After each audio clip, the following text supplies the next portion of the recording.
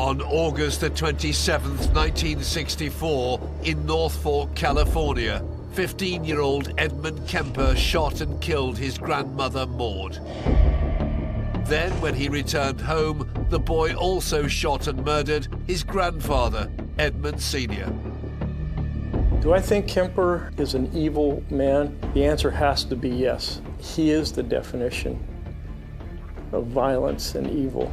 You pray nobody else is out there like that again. Kemper Jr. then called his mother to tell her what he'd done. He says, "I've killed my grandparents." And she tells him, "Well, you stupid boy, just call the police and wait there until they arrive." Released after just 5 years in a facility for the criminally insane, Kemper went on a killing spree that targeted young female co-eds.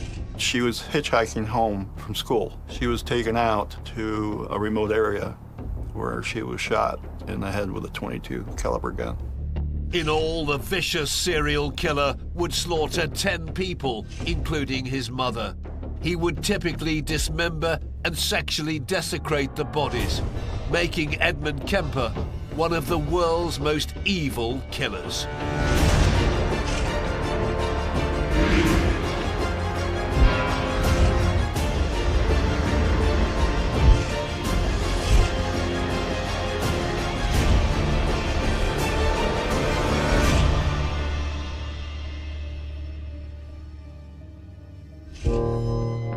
For nearly 10 terrifying years between 1964 and 1973, a 6'9", 300-pound man-mountain Edmund Kemper preyed on the innocent. His hunting grounds were in and around the beautiful beach town of Santa Cruz in Northern California. People know the city of Santa Cruz by its beaches. And body parts of these people were found in the sand, sticking out of the sand. So you can imagine now the fright in the community. You know, what is going on? Kemper's reign of terror began after he was released from Atascadero State Hospital for murdering both of his grandparents when he was a juvenile.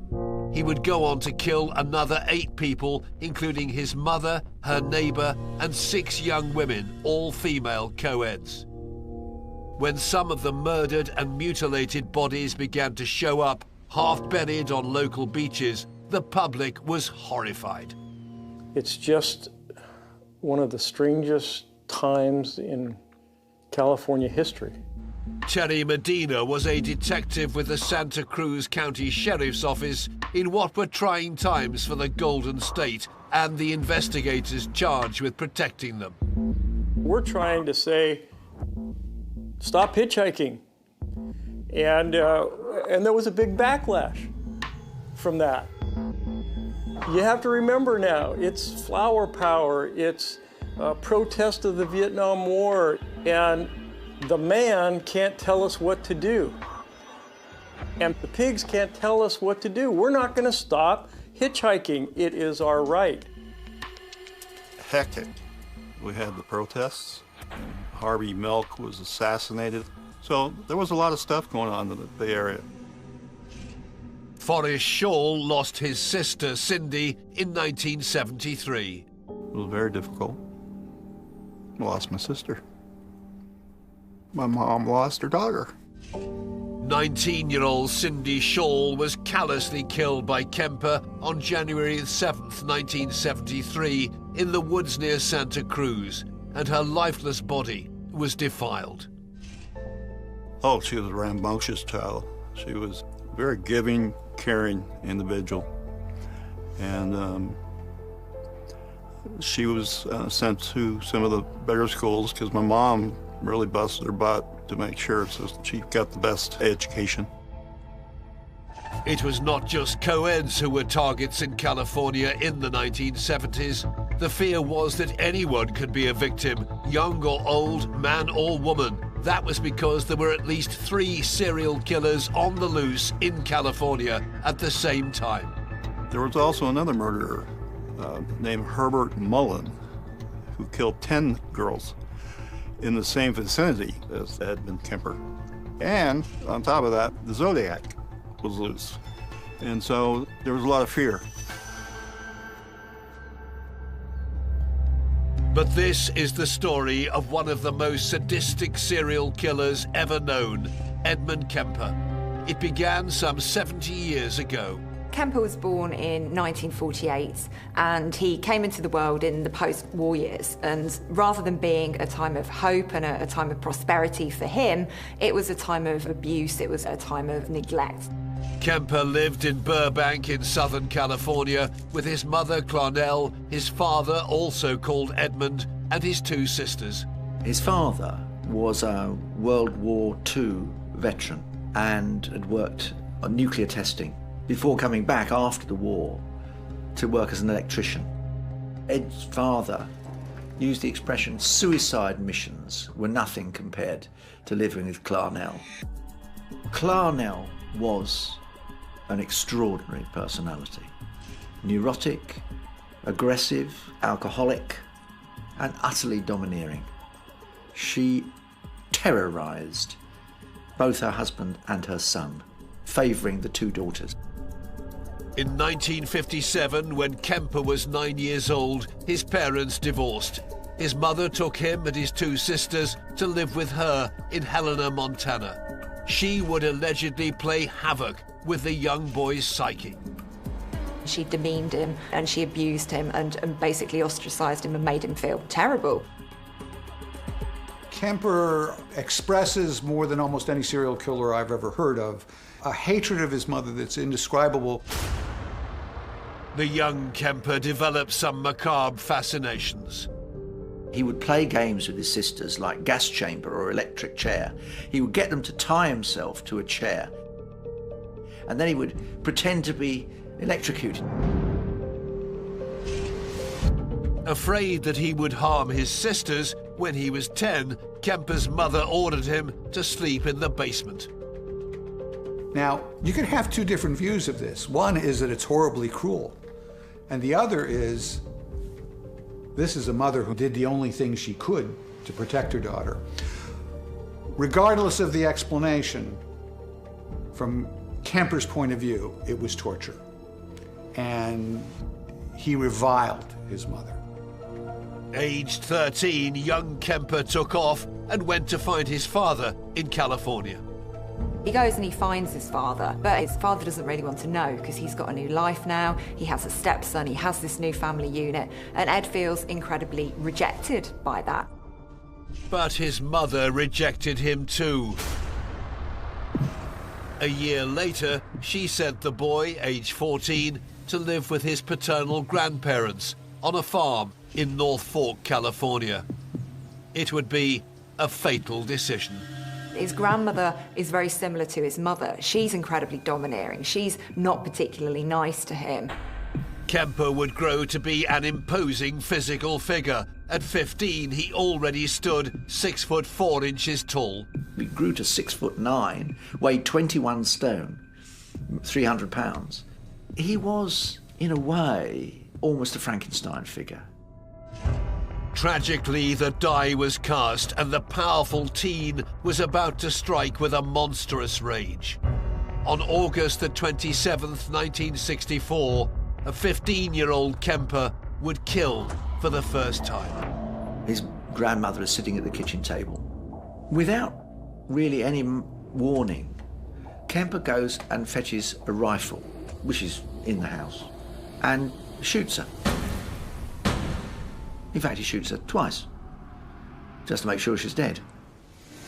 Then he sits down at the kitchen table opposite the body of his grandmother and waits for his grandfather, and he shoots him too. Then, in a bizarre twist, Kemper made a surprising move. Immediately after he killed his grandparents, he calls his mother and he says, "I've killed my grandparents." And she tells him, "Well, you stupid boy, just call the police and wait there until they arrive." And he sits there waiting for the police. He doesn't run, he doesn't do anything. And when they get there and explain, he said, "Why, I wanted to find out what it felt like to kill grandmother." Arrested and diagnosed with paranoid schizophrenia, Kemper was incarcerated in the Atascadero State Hospital in California. In the high-security facility for the criminally insane, Kemper seemed to have found peace. He was an absolutely model inmate. He helped the staff, he organised visits, he started doing psychiatric testing. They realised at Atascadero that he actually had an extremely high IQ, it was 145. He's very smart, very manipulative. And he did what many serial killers can do. He convinced the staff of the hospital that he was cured. And so he was released.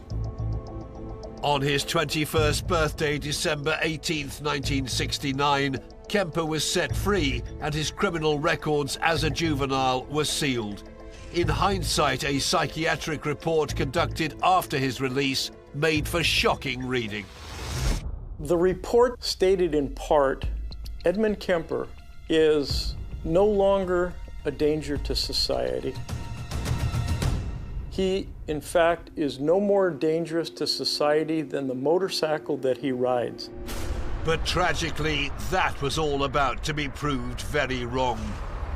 Living with his mother, Kemper's rage was once again welling up inside.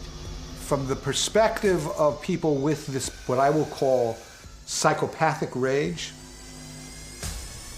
nothing less than killing, torture, and mayhem is sufficient to give even momentary relief. In May 1972, the dam full of rage would break.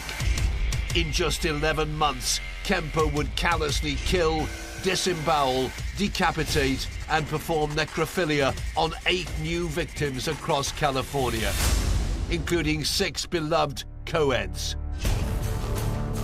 After serving just 5 years in a state mental institution for shooting his grandparents, he moved to Santa Cruz, California, and went to live with his mother, near to the university where she now worked. With his criminal record as a juvenile sealed, Kemper was able to get a job in 1971 with the Department of Transportation. But it ended prematurely. Ed Kemper was involved in an accident and he received quite a lot of compensation for that. It's around about $15,000. He injured himself quite badly in this accident, so he could no longer do his work for the State Highway Authority. So you've got a young man now who's got a lot of money, he's got a lot of time on his hands. Now aged 23, Kemper spent his days drifting, driving, and picking up young female hitchhikers. In the 1960s and early 1970s, hitchhiking up and down the sun-soaked highways of the Golden State was a carefree pastime. And an activity that soon-to-be serial killer Edmund Kemper thrived upon. He starts cruising around. He starts going up and down the state highways, and he's essentially doing trial runs. He's becoming aware that he can have access to people. He has the opportunity to harm people. In 1 year, in 1970, Kemper would later claim that he picked up and then dropped off as many as 150 young women. But Kemper's interest in hitchhikers would soon take an ominous turn.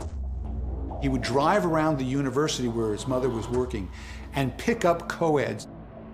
And he describes this specifically as being done because those co-eds had a connection, however ephemeral or symbolic, with his mother and her place of work. He has a sticker on his car from the university where his mother works, so girls feel that they can kind of identify with him, and he doesn't look like a monster.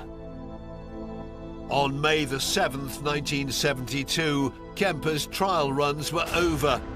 On that day, Kemper picked up 2 young students in Berkeley, Mary Ann Pesky and Anita Mary Lucchesa, both aged 18.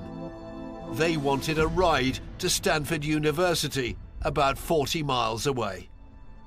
Kemper's modus operandi, his MO, was pretty straightforward. He would drive around, he would look for hitchhikers, vulnerable, available.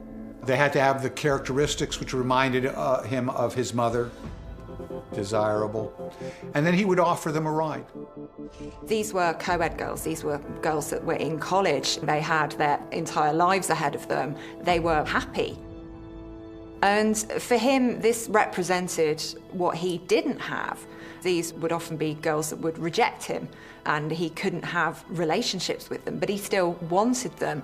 So this was his way of actually getting access to these women. Kemper drove the two young women to some secluded woods.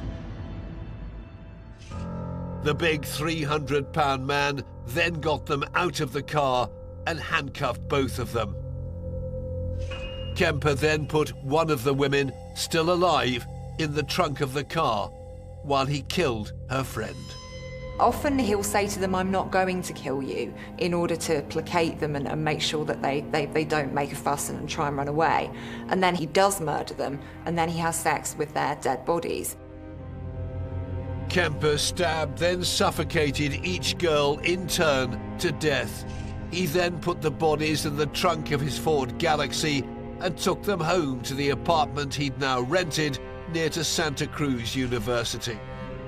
There, he dismembered the bodies and gratified himself with the lifeless corpses.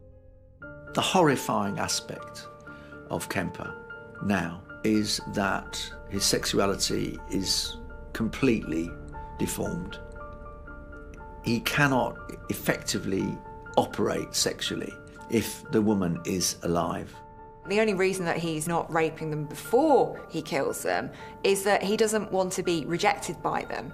When you're having sex with the dead body, it's not going to reject you, it's not going to insult you or demean you in the same way that his mother had insulted or demeaned him. Kemper then stashed the body parts in plastic bags and stored some bits in his home and others in the trunk of his car. This is something that's known as partialism. It's a sexual arousal through keeping body parts. And I think for Kemper, this is his way of staying close to his victims, of owning them and possessing them and literally carrying a part of them with him. Kemper would later dump the violated body parts in the Santa Cruz Mountains near Berkeley.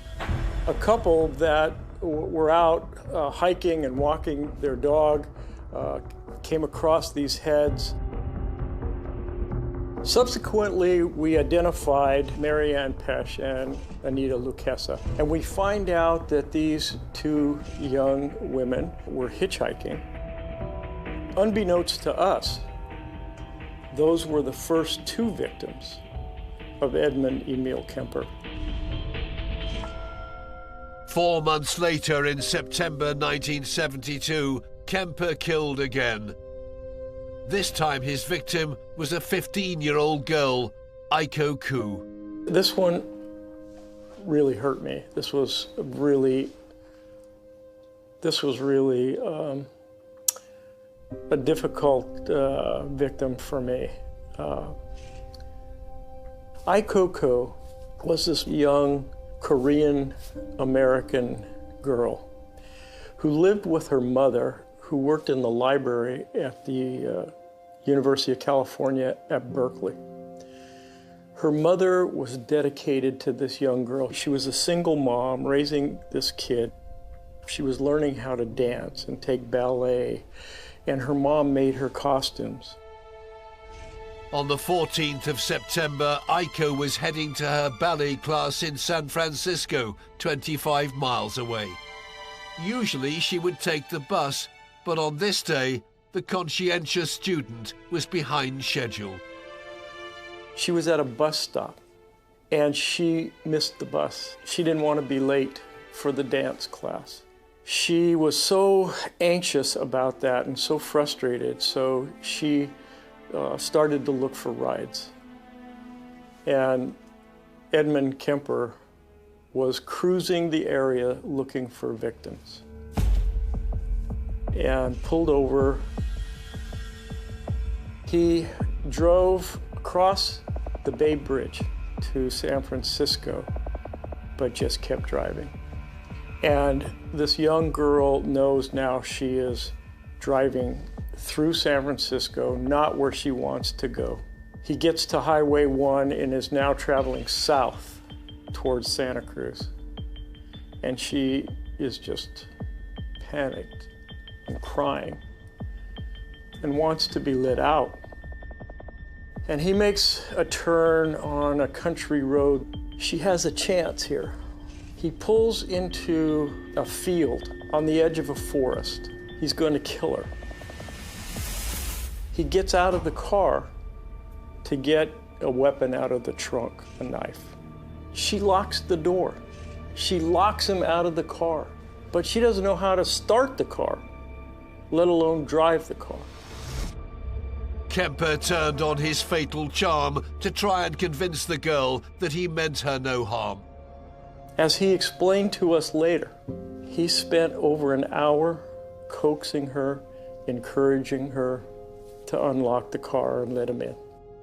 As I recall, it was things like, "I'm sorry, I'll let you go, let me in, I won't harm you." And she let him in, and she was killed. Kemper strangled, then raped and murdered her. He took the lifeless body back to his apartment, where, as he later detailed, he cut up the body and had sex with the corpse. Women were a source of rage. They became a focus of his sexuality. It evolved around death rather than around life. He didn't want to celebrate a relationship with a woman. He wanted to humiliate and to destroy a woman. But the one crucial characteristic of Kemper, something he has in line with many lust killers, is there are times when the level of rage, hatred, and intensity in him is truly beyond control. Kemper's unrelenting rage and violence now knew no bounds. In the next few months, his killing spree would pick up a pace, and Kemper would callously kill, decimate, and defile the bodies of 5 more women. He engaged in necrophilia, he engaged in sexual acts with the dismembered parts of the body. Kemper eviscerated some of his victims. Evisceration is simply the process of removing organs from the body. Opening up the body cavity and seeing that organs were missing would be immediately apparent and obviously very worrying. Making matters worse, at the time, local detectives had little idea of what they were dealing with. What we did not know at the time was during the time period of late 71 through the beginning of 73, 2 serial killers were operating in the same place at the same time. Herbert William Mullen killed 13. So it was confusing to us. In the beginning, our thinking was they had to be connected. This is unusual. But the evidence did not connect them. With the Zodiac Killer also on the loose and thought to have murdered 7 people in Northern California in 1969, and Charles Manson on trial in Southern California in 1970, the citizens of the state were in tumult. We had 2 stores in our community, and they were selling out of guns and ammunition. In January 1973, Kemper struck again. His prey was 19-year-old Cindy Scholl. For her family, the pain they felt is still hard to bear. Her brother Forrest recalls those harrowing first few days after she vanished. Well, it was very scary because, we didn't know if she'd run away or had been, abducted. It's in the middle of the winter and very depressing, and, you just start thinking of things. Cindy was a dedicated student and worked hard to help support herself. She took a job as an au pair in Santa Cruz, California, and attended school during the day, and then would take care of the children thereafter. And she went to, it was a junior college called Cabrillo. It was adjacent to the Cal State University of Santa Cruz. On January the 7th, Kemper was on the prowl again. He was on Highway 1, driving east, away from Santa Cruz. She was hitchhiking home from school. It's cold, and a car pulled up, and it had a school staff sticker on the bumper. From the police reports, they said that she probably felt comfortable getting in, and she was taken out to a remote area where she was shot in the head with a .22 caliber gun. And then, we don't know all the details, but she was dismembered. Parts of her body were thrown into the Pacific Ocean. Kemper kept her head. This is hard to speak about, but it's been almost 50 years, so it's a little easier now. At the time, Kemper was still subject to regular psychiatric analysis, a condition of his parole after serving time as a juvenile for killing his grandparents. He was having an interview, a final interview, with a psychiatrist in a nearby city. The psychiatrist, in his report to the court, said that Edmund Kemper was rehabilitated. The problem with that whole thing, Cynthia Shaw's head was in a bag in the back seat of Edmund Kemper's car at the time of that interview with the psychiatrist. You often see this type of behaviour with serial killers. They get a kick out of it. They get bored with their offending and they want to mix things up and keep it interesting and have some fun. This kind of bizarre pseudo-schizophrenic logic is classic of a level of pathology we see in very few people in the world. Early in 1973, low on money, Kemper moved back in with his mother, and the murders continued. Just 4 weeks after his last attack, on February the 5th, 1973, Kemper killed again. Rosalind Thorpe and Alice Liu were our next two victims. He would later tell us that he actually shot them as he drove off a campus. Stabbing all these victims to death was getting to be a lot of work. It was starting to bother him. A lot of blood. He was cleaning everything. So he went and bought a gun, purchased a gun, and as he was traveling towards the city of Santa Cruz, he just turned and shot him. One was in the back seat, one was in the front seat. Within a week of the latest two co-ed murders, body parts started washing up on shore in Santa Cruz. As time went along, we were finding body parts on Cowles Beach. Other parts were found down below Monterey between Carmel and Big Sur. And that started to create huge issues as we started to identify people, Cynthia Shaw, Aiko Ko, a number of young women. Clearly, there was a pattern in the co-eds. Number one, they're young student women. They are stabbed to death. They are dismembered, common. And all the investigators starting to focus on, okay, now this is one set of crimes. And the thread that weaved between them was hitchhiking. During his 11-month killing spree, Kemper was said to frequent a bar in downtown Santa Cruz called the Jury Room. It was here his behavior took an even more sinister turn. It's a bar across from the courthouse. A lot of cops hang out there, a lot of people that work in the courts hang out there, lawyers hung out there. By all accounts, personally, Kemper was a gentle giant. Even some of the police officers he had befriended him described him that way. They called him Big Ed in a kind of friendly manner. So he knew that he was coming across as non-threatening. There's only one occasion that I remember seeing him there. He was at the far end of the bar. He didn't push himself onto anybody that I saw. To me, it was almost like he was listening. Are any of the detectives there talking about any of these murder cases? Is he getting any information from us? Very interesting. He blended in very well there. He was picking their brains. He was trying to find out if they knew anything. I don't fault the cops. You know, how the hell would they know? I've never faulted the police, by the way. They did their job.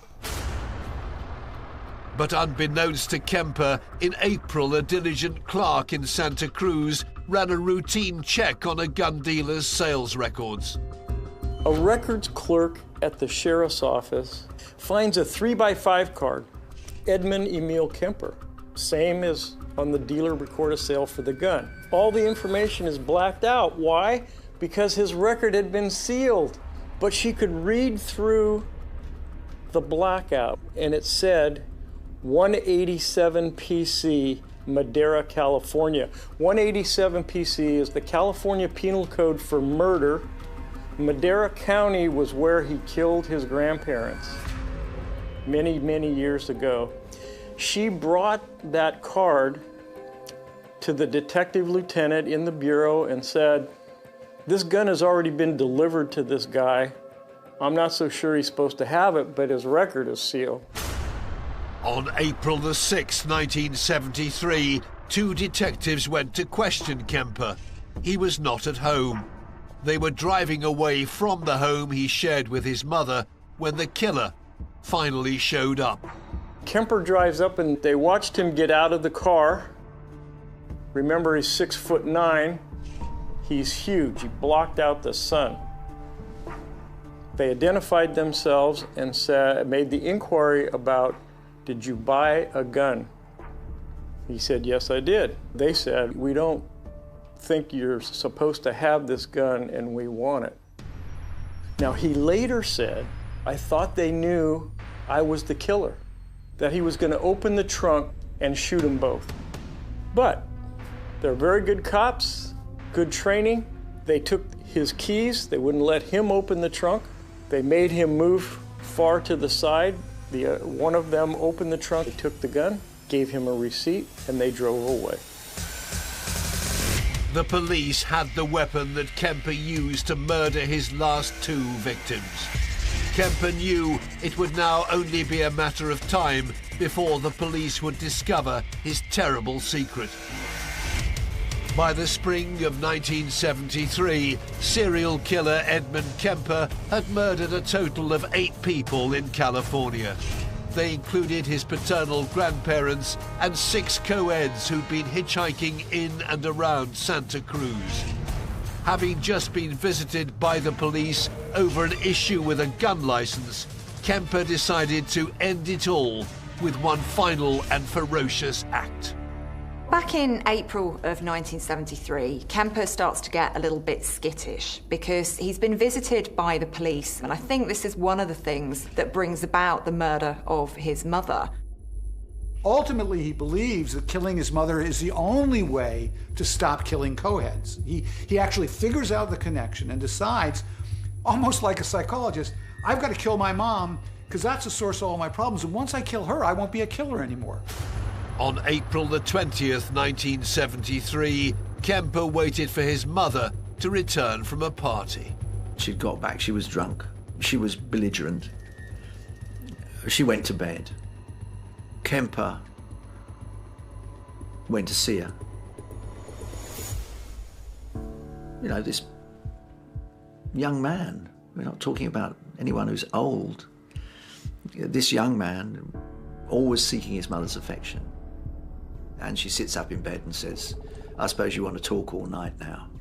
And Kemper is so horrified and upset that in a way perhaps he just simply snaps at that moment. But interestingly, he doesn't kill his mother while she's awake. He kills her while she's asleep. At 4 o'clock in the morning, while his mother slept, he took a hammer, went to her bed, and drove the hammer through her skull a number of times. But he doesn't just kill her. Of course he doesn't. He decapitates her. He uses her head as a dartboard, throwing darts at it, shouting at it for an hour, yelling at her. You're not going to yell at me anymore. You're not going to yell at me anymore. And then he does something that I know of no other instance of this in serial crimes. He cuts open her neck, takes out her vocal cords. And remember, his mother's vocal cords were the offending organ, because that's how she demeaned him. That's how she criticized him. And he took her vocal cords and put it down the garbage disposal. He then spent the rest of the day into the afternoon cutting her into pieces, washing her completely clean in the bathtub, and hiding her body parts in the back of her closet. But killing his 52-year-old mother and desecrating her body was not to be the end of his cruel crimes. It was as if this was the only and inevitable ending of his entire life. And yet, there was a sting in the tail, a twist, because not only does he keep his mother's body in a cupboard and the head, but he invites her best friend round for supper the next night. Kemper asked 59-year-old Sarah Taylor Hallett to come over to the house at 5 p.m. Mrs. Hallett walks in the door. He pretends to take her coat off, but just pushes it down over her arm so she can't move. Bludgeons her to death with his fists, stuffs her in the front closet. His car is already packed, and off he goes until he gets to Pueblo, Colorado. After Kemper has killed his mother and his mother's friend, he goes on the run for around about 4 days. He takes the car that belonged to his mother's friend. He decides he's going to make a getaway. He knew the cops would be on his tail, and he'd planned to shoot it out when they tried to stop him. Kemper drove for 3 days, finally stopping in Pueblo, Colorado. On April the 23rd, he went to a phone booth and made an astounding call. He dials the Santa Cruz Police Department. It's a busy Friday night in Santa Cruz. Kemper calls, officer says, Santa Cruz Police Department, can I help you? I need to talk to Lieutenant Shear. He doesn't work on the weekends. You'll have to call back on Monday. I gotta put you on hold. Kemper hangs up, he gets upset, he hangs up. He calls back, and he finally says, hey, I got information about all those dead girls. Now we're paying attention. The officer's putting everything else on hold and does a great job. It's not a rarity. Oftentimes, serial killers are not the kind that are going to go down fighting. Oftentimes we see that. They give themselves up, or once they're caught and they know that they're not going to get out, then they give it all up. It's almost like they want the notoriety. The local police arrived to arrest the man who had just confessed to being the notorious co-ed killer. Kemper takes up the entire phone booth. They get him into custody, put a hold on him, and the story now starts to get filled in and unraveled. We sent the district attorney, a district attorney investigator, and my partner, Detective Alufi. They flew to Colorado, rented a station wagon, and the four of them took 3 days to drive back to California. They started out by saying, Ed, can you tell us how all this started? And he sat there like I am sitting here. And he said, on such and such a date and such a time, I was in Berkeley, California. Kemper connects every dot to every single case. He was so precise, we were able to link the evidence to his statements to the crime scenes. According to some analysts, after killing his mother, Kemper had lost his murderous purpose. He said later, I started feeling the folly of the whole damn thing. But he said, and I think more tellingly, the original purpose was gone. And that was, of course, Clarnell. given how dysfunctional Kemper's relationship with his mother was, I think that perhaps had it been different, then Ed Kemper maybe wouldn't have gone on to kill all of the people that he did. So I think that Kemper's mother, she started writing the story of the serial killer, but Kemper finished that. On May the 7th, 1973, Kemper was indicted for the 8 murders he had confessed to. His trial began 5 months later, on October the 23rd that year. But there was a twist in the case. Edmund Kemper pleaded not guilty. He had a great law team. They hired one of the best forensic psychiatrists in California, if not the United States.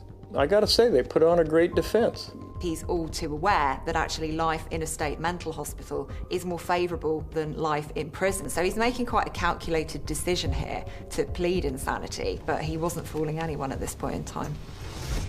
It's not our first rodeo. I've been to court 1,000 times. You know what's coming. You know how a case is going to be attacked. On the prosecution side, we just keep putting the evidence in front of the jury. How it connects to Edmund Kemper.